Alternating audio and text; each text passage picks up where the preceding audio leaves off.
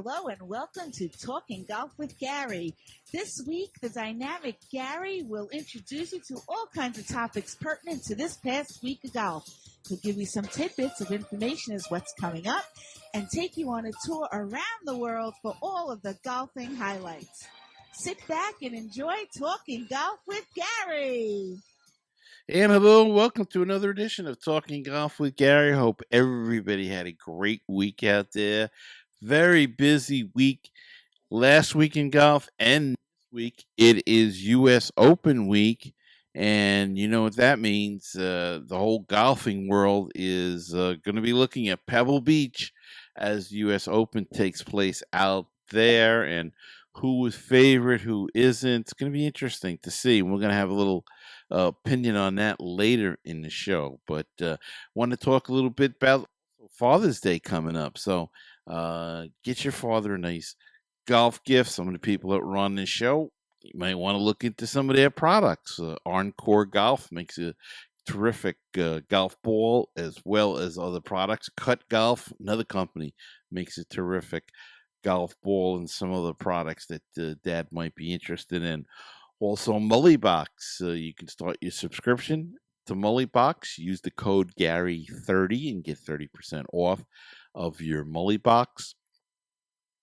There's other subscription services. Short Par 4 have been on this show as well. Little different kind of subscription thing, but makes a great gift as well. Maybe even a couple of golf lessons. Go to the PGA Tour and the Superstore, or go to Pete's Golf Shop and get Dad some golf lessons. That'll be really good. Or a fitting at Pete's, and let him get fitted for a new pair of golf gloves, new set of golf clubs. That's going to be just right. Reset up his old ones if need be. But there's just a few ideas throwing at you that you could get for your golfing dad, some nice presents for the holiday. All right, last night, I don't know if anybody saw it, but it was the Hall of Fame inductees. And of course, we've had a couple of the Hall of Fame inductees on, now the Hall of Fame members.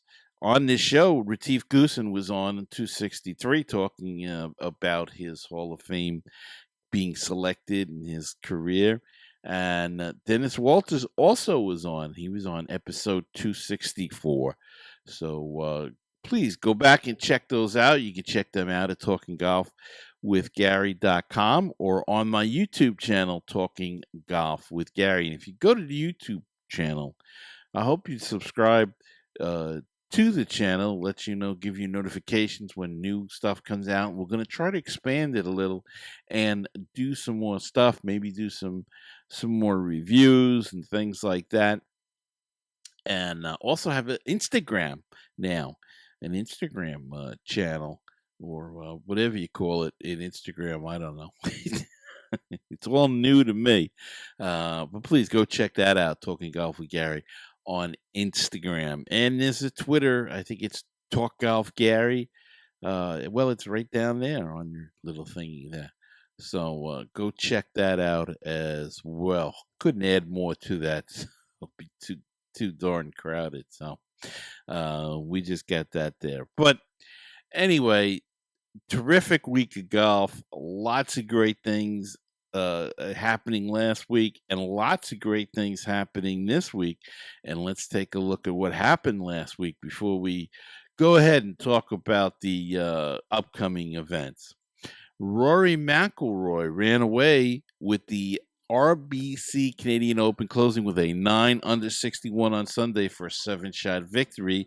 Starting the day in a 3-way tie for the lead, McIlroy, who won the Players' Championship in March, ended any suspense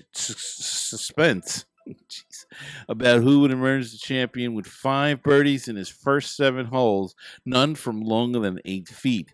The only question on the back 9 was whether McIlroy would shoot the 11th sub-60 round in PGA Tour history. He kept firing at flags, and even though he missed 3 of his final 4 greens, he had a chance on a par 4 18th, but his shot from a greenside bunker went long, and he ended up tapping in for bogey to finish the tournament record setting number of 22 under 258. It was McIlroy's 16th PGA Tour victory and 25th win worldwide, and the fourth by at least 7 shots. But when he wins, he dominates. McIlroy will hope to ride the momentum into next week's U.S. Open at Pebble Beach. Shane Lowry and Webb Simpson tied for second at the Hamilton Golf and Country Club. Adam Hadwin was the low Canadian, finishing alone in sixth at 12 under. In the final round, Graham McDowell sank a 29-foot putt to card a closing par at the par 4 18th. That par secured a top 10 finish for McDowell, which qualified him for the upcoming British Open. And what's so important is that the British Open is in his hometown, and it's a course that he used to walk to as a kid and play. So what a big thrill for him to be able to finish it off there and win, and now he will qualify for the British Open in his hometown. And Scott McCarron, boy, has he had a year, huh? He has been hot. He posted a 67 on Sunday at the Narita Golf Club to win the MasterCard Japan Championship by 3 shots at 13 under. He cruised past Billy Andrade and Kirk Triplett, who finished in a tie for second at 10 under. McCarron made 3 birdies against 1 bogey on the front 9 and took control of the tournament with birdies on 12, 14, and 17. He made par on 18 to begin the celebration. McCarron and Triplett, whom McCarron called a dear friend in his post-round press conference, did a traditional Japanese bow and shook each other's hands after the par putt. McCarron picks up his 3rd victory of the season and strengthens his hold on the top spot on the Schwab Cup championship. And like I said, Scotty McCarron is having a great year. 3 victories, and you can't ask for more than that. He has just been hotter than hot on that tour, and good to see for him. He's a good golfer, and he also uses that big putter, so I like the big long putter. All right, now the European Tour had a weird kind of team event thing, a little different format. Don't really understand it much. But anyway, it was won by the Thailand team. They beat England in a nearest pin playoff to win the Golf Sixes Cascais and make European Tour history at Otavos Dunes. Now, I got to try to pronounce this, so please bear with me. Pachara Kangwatmi and Tangchai Jaidi were tied at 1-1 after 6 holes in the finals against Tom Lewis and Paul Waring, with another trip up to 6th unable to separate the teams. That meant that the innovative event would go down to nearest the pin in the final for the first time in its 3-year history. And it was Kangwatme, 29 years his teammate's junior at just 20 years old, who hit his tee shot to concession range to claim the win. Like I said, it's a different kind of event, a team event, very interesting. And, they try a couple of different innovative things on the European Tour, and some of them work, some of them may not work, but at least they're trying to do something different and interesting to spice it up a little bit. And I think the LPGA has a couple of things. Well, even the PGA Tour, they have that Stapleford tournament, which is I would like to see more of. I think that's very interesting and fascinating, and I think the average golfer should have more matches with Stapleford rules. And what you could do is maybe, because we're not that good. Some of us aren't that good. And if you're playing in a light group, maybe make give points, but the lowest amount of points maybe should be a double bogey, then a bogey, then a par, and a birdie. We're not going to get eagles, and we don't get a lot of bird time either when we play. But maybe change the Stableford a little bit around to count those and keep people in competition. I don't know. Just an idea. I'm throwing it out there. The LPGA was in action in New Jersey this week, and Lexi Thompson made a 20-foot putt for an eagle on the 18th hole Sunday to complete a late comeback and win the ShopRite LPGA Classic, trailing Jeonjun Lee the sixth, who won last week by 2 strokes after the 15th. Thompson finished birdie par eagle to finish up the round at a 4 under par 67, and a 54 hole score of 12 under 201. She posted her 11th career LPGA Tour victory and extended her streak to 7 straight years with at least one win on tour. That's pretty impressive right there. Doesn't sound like it, but it is, believe me.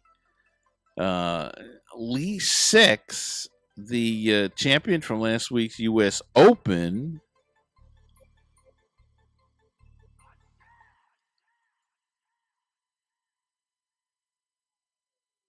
had a chance to pull this off. She was playing 2 groups behind Thompson.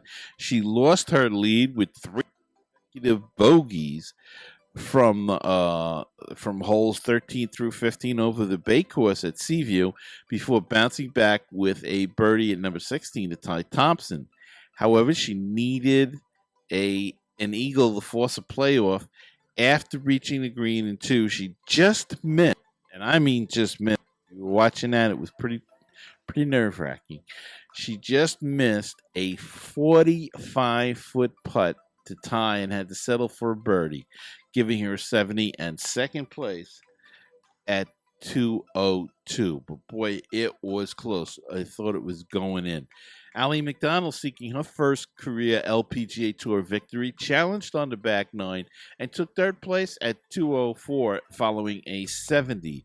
Two-time ShopRite LPGA champion Anna Norquist had a 69 for 4th place at 206. Mariah Stackhouse, who began the day 1 stroke off the lead, fell back with a double bogey at the 5th and couldn't come back. Her round of 74 left her in a 3-way tie for 5th at 207 with Ariva Jutengon and Yu Lee.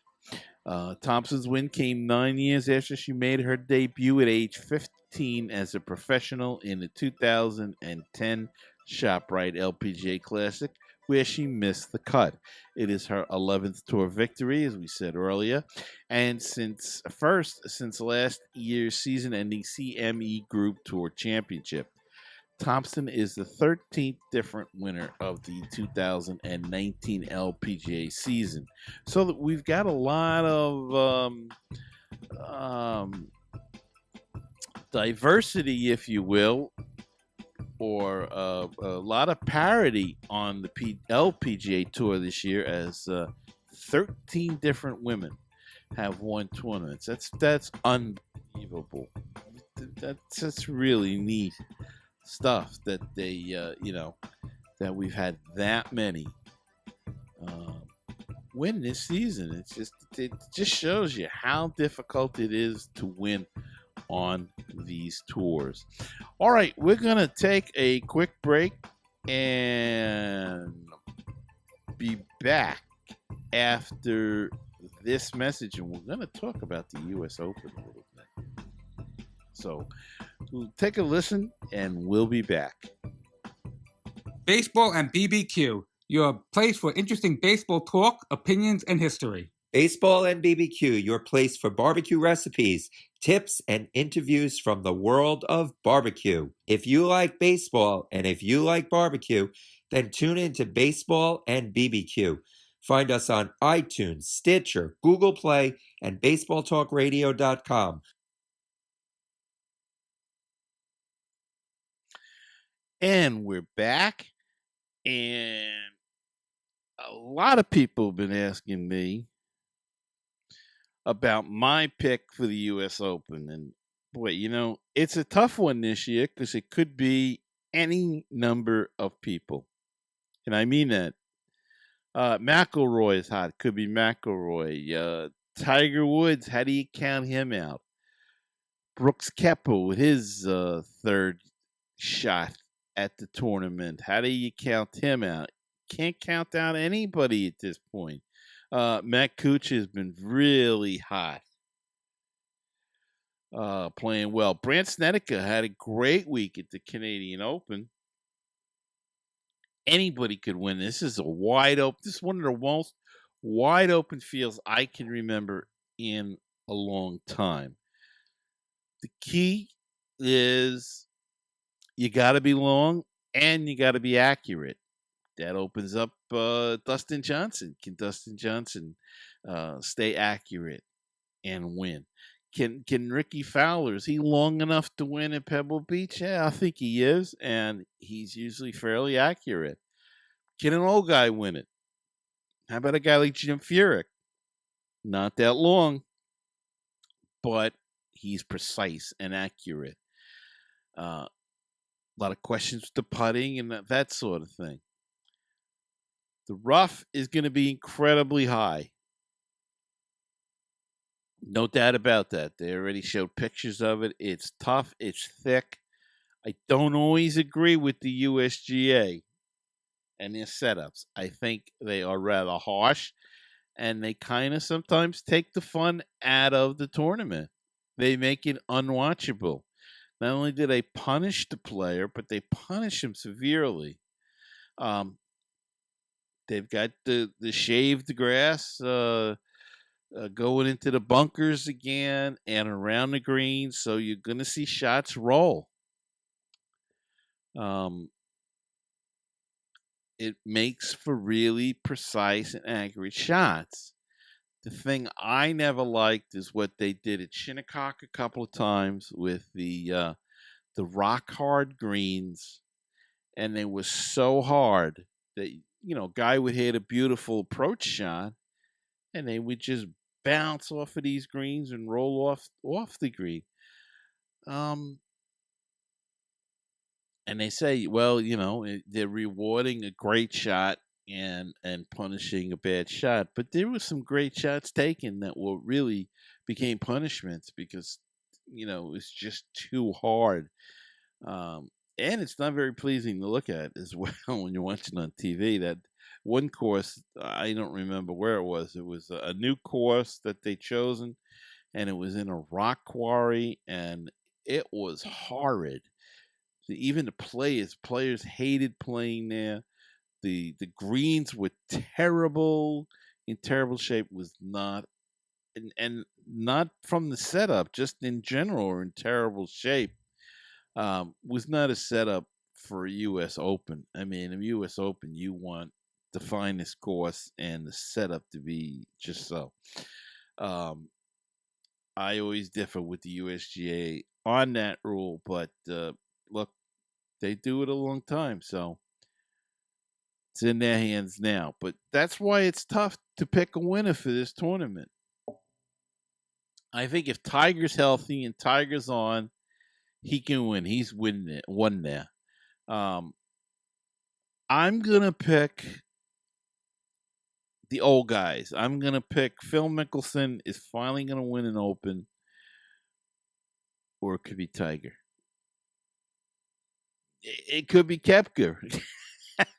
But I'm gonna pick Phil. I want to see Phil win his U.S. Open and get his career slam. And he's won there. He's got a history there. His grandfather or his great grandfather, I forget which, was one of the first caddies there. I mean, there's a long line of Mickelsons tied to that course. He's been out there practicing. He can be long enough. The only thing that concerns me with Phil is he can be erratic. He's not always the most precise guy, and this needs precision. But we'll see. He came so close a couple of times, and he should have won that one year when he hit it into the garbage can or off the roof of the concession stand and into the garbage can. But had the lead going into 18 and had a two-stroke lead, I believe it was, and blew it with a double bogey or triple bogey. Well, whatever. Phil is going to win this year. My dark horse candidate, but I think it's going to be highly contested. I don't think it's going to be easy. I think Koepka's going to be there. I think Dustin Johnson's going to be there. I think Tiger Woods is going to be there.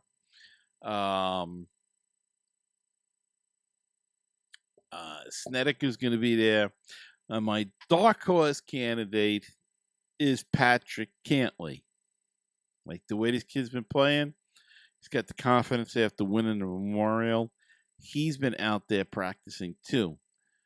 He tweeted some pictures about the rough and how difficult it was. So Patrick Cantlay is my dark horse candidate to win this. And my real dark horse candidate is Kevin Kisner. So there you go. We'll throw that out there. Give you some names. What's yours? Let me know. Make a comment below on the YouTube. Underneath the video, you can comment. Please comment there and subscribe to YouTube. I'm trying to get some YouTube subscribers. So, if any of you that listen to this, if you just listen to the show, if you do me a favor, go to YouTube, and if you have an account, you can subscribe and just subscribe to the video side of the podcast and view it if you have the time, or go to Talking Golf with Gary and view it there. It still counts on the YouTube. Okay, let's take a quickie break and be back with the count. Well, we discussed the calendar, but there is one or two other events. So let's check that out, and we'll be back right after this. Sponsor an ad on the podcast. Support our show and let people know about your business. Email us today.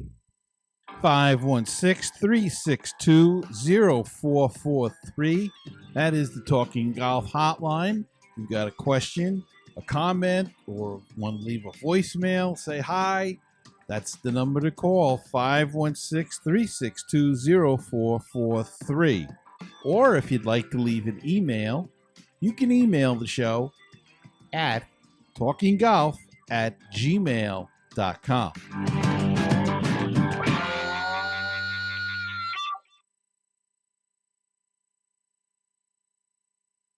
Now it's time to do the calendar. Now it's time to do the calendar. Oh, hooray, let's sing the calendar. Now it's time to do the calendar. And yes, indeed, it is time to do the calendar. And we had to switch microphones there in midstream because this one's going dead and this one's still good. So, oh, I didn't even have to tell you that. As long as you can still hear me, that's the main thing. All right, so on the calendar this week is the U.S. Open. Brooks Koepka is defending his title at that event and at Pebble Beach. And so the Champions Tour is not in action because they'll have certain members playing in the U.S. Open, as well as the Euro Tour. They have nothing scheduled. They have the U.S. Open on their calendar. Ladies, however, are in action, and they will be playing the. I want to pronounce this correctly: the Minger or the Manger LPGA Classic for Simply Give, and defending that title is So Yeon Ryu. So, ladies in action, they're going to play.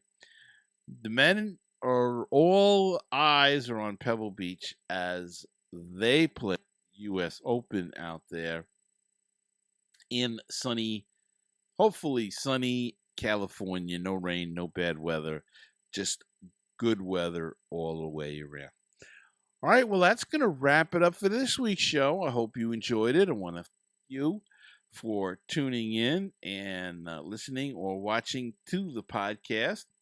And I'd like to ask you to subscribe on iTunes or YouTube, especially YouTube, Spreaker, Google Play, Spotify, wherever you listen or watch the podcast. Hit the subscribe button.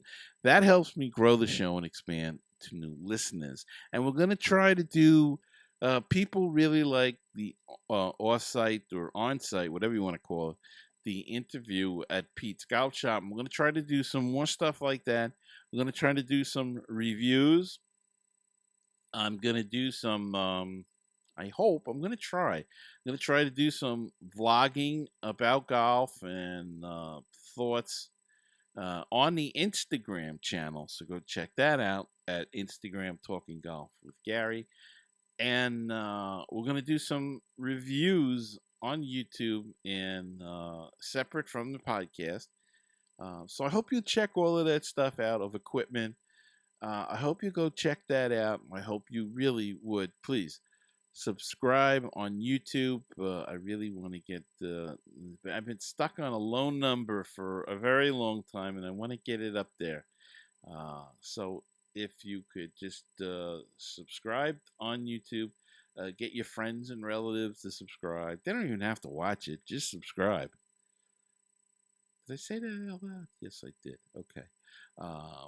And anyway, until next time, remember, as you walk down the fairway of life, you must smell the roses, for you only get to play one round. Have a great week, everybody.